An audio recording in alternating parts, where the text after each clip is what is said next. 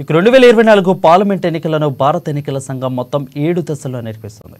ఇందులో భాగంగా ఇప్పటికే మొత్తం 4 దశలు పోలింగ్ పూర్తి కాగా 5వ దశకు సంబంధించిన ఎన్నికల ప్రచారం ఈరోజు సాయంత్రం 5 గంటలు నిన్న సాయంత్రం 5 గంటలకు ముగిసింది.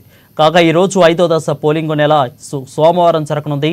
ఇక 5వ దశలో యూపీలో 14, మహారాష్ట్రలో 13, బెంగళూరులో 7, అదేవిధంగా బీహార్లో 5, ఒడిశాలో 5, జార్ఖండ్లో 3, జమ్మూ కాశ్మీర్, లడఖ్లో ఒక్కొక్క స్థానం నుంచి మొత్తం 49 పార్లమెంటు స్థానాలకు పోలింగ్ జరగనుండగా ఇందులో కాంగ్రెస్ నేత రాహుల్ గాంధీ పోటీ చేస్తున్న రాయ్బరేలీ నుంచి రాహుల్ గాంధీ పోటీలో ఉన్నారు.